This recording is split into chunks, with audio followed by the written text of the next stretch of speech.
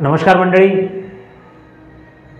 सध्या विधानसभा या पूर्ण महाराष्ट्रात धावपळ हिला सुरुवात करू लागल्या आहेत आणि या विधानसभेच्या निवडणुकीच्या अनुषंगाने महाराष्ट्रामध्ये असलेले वेगवेगळे पक्ष आता वेगवेगळ्या गटात विखुरलेले असून आता राष्ट्रवादी काँग्रेस आणि शिवसेना उद्धव ठाकरे गट अशी ही महाविकास आघाडी आणि त्याच्या जोडीला भाजपा शिवसेना गटातून बाहेर गेलेले शिंदे व राष्ट्रवादी या पक्षातून बाहेर गेलेले नव्याने राष्ट्रवादी अजितदादा गट असे ही महायुती अशी ही निवडणूक होणार आहे.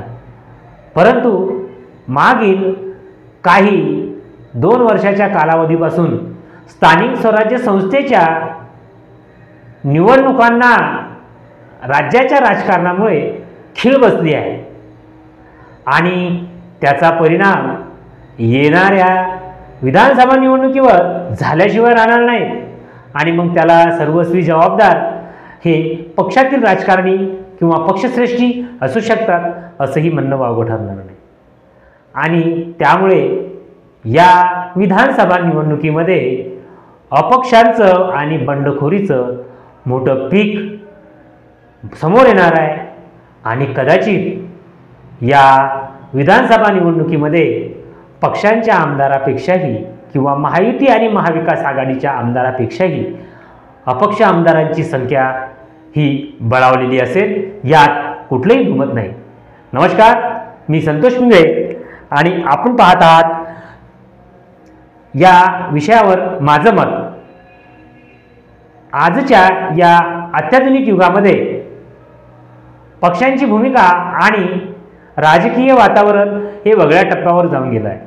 महाराष्ट्राच्या राजकारणामध्ये जे अनुभवायला नव्हतं पाहिजे ते अनुभव मागील 5 वर्षाच्या काळामध्ये जनतेने अनुभवले आहेत. ज्या लोकप्रतिनिधींवर विश्वास ठेवला त्या लोकप्रतिनिधींनी सत्तेसाठी असलेल्या विचारधारेला सोडचिठ्ठी देत ते सत्तेशी संलग्न झाले आणि त्यामुळे ही घातलेली 2024ची विधानसभा निवडणूक ही जरी आगळीवेगळी होणार असली तरी यावेळी कुणाला मत द्यायचं याकरिता मतदार राजा जागृत आहे. परंतु मागील 5 वर्षाच्या कालावधीमध्ये राज्यातील अनेक स्थानिक स्वराज्य संस्था, ग्रामपंचायती, जिल्हा परिषद, पंचायत समिती यावर स्थानिक पातळीवरचं असलेलं राजकारण, त्यातल्या त्यात नगराध्यक्षपदाचे उमेदवार हे फक्त निवडणुकीची प्रतीक्षा करीत असल्यामुळे राजकारणाचा गेल्या 20 ते 25 वर्षाचा अनुभव असलेले अनेक दिग्गज यावेळी विधानसभेतून आमदारकी लढण्याच्या तयारीत असल्याचं वातावरण विविध मतदारसंघामध्ये पाहावयास मिळतं आणि यामुळे या विधानसभा निवडणुकीमध्ये महायुतीचे असो वा महाविकास आघाडीचे असो अनेक उमेदवार आमदारकीच्या या रिंगणात उतरल्याशिवाय राहणार नाहीत आणि मग यामध्ये त्या पक्षांच्या अथवा महायुतीच्या व महाविकास आघाडीच्या नियुक्त आमदारांच्या विजयाचं गणित हे धोक्यात येण्याची शक्यता नाकारता येत नाही. परंतु त्या अनुषंगाने महायुतीसुद्धा आपले षडयंत्र प्लॅनिंग करत असली तरी महाविकास आघाडीने अनेक मतदारसंघ, अनेक जिल्हे पिंजून काढण्याचं काम सुरू केलं आहे. बुलढाणा जिल्ह्यामध्ये महाविकास आघाडीचा सध्या तरी एक आमदार वगळता इतर आमदार हे महायुतीत सहभागी झाले आहेत.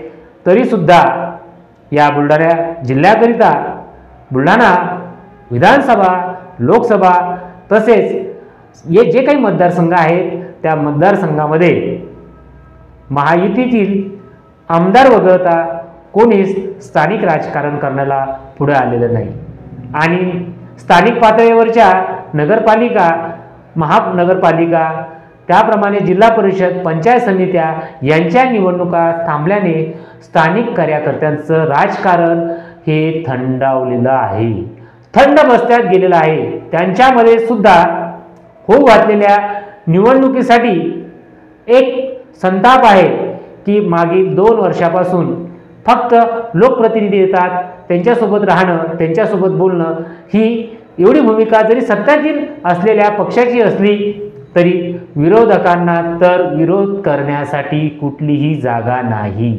आणि त्यामुळे स्थानिक प्रशासनातील सर्व कारभार हा प्रशासकाच्या माध्यमातून होत असल्याचं वास्तव्य प्रत्येकजण अनुभवत आहे. तरी हो घातलेल्या विधानसभा निवडणुकीमध्ये संतप्त झालेले कार्यकर्ते पदाधिकारी हे आमदारकीच्या रिंगणात उतरून आपलं अस्तित्व सिद्ध करण्याच्या तयारीला लागले आहे. तरी अनेक कार्यरत व विद्यमान आमदारांना या अपेक्षा आणि बंडखोरी करणाऱ्यांचा धोका निर्माण होऊ शकतो, यात कुठलंही दुमत नाही. याबाबत अनेक राजकीय तज्ज्ञांमध्ये अशी चर्चा रंगत आहे. याबद्दल मी माझं मत प्रगट केलं आणि माझं मत आवडलं असल्यास या चॅनलला सबस्क्राईब करा आणि आपले मते मला कमेंट बॉक्समध्ये देण्याचा प्रयत्न करा. मी त्यावरही नाविन्यपूर्ण व्हिडिओ बनवण्याचा प्रयत्न करेन. धन्यवाद.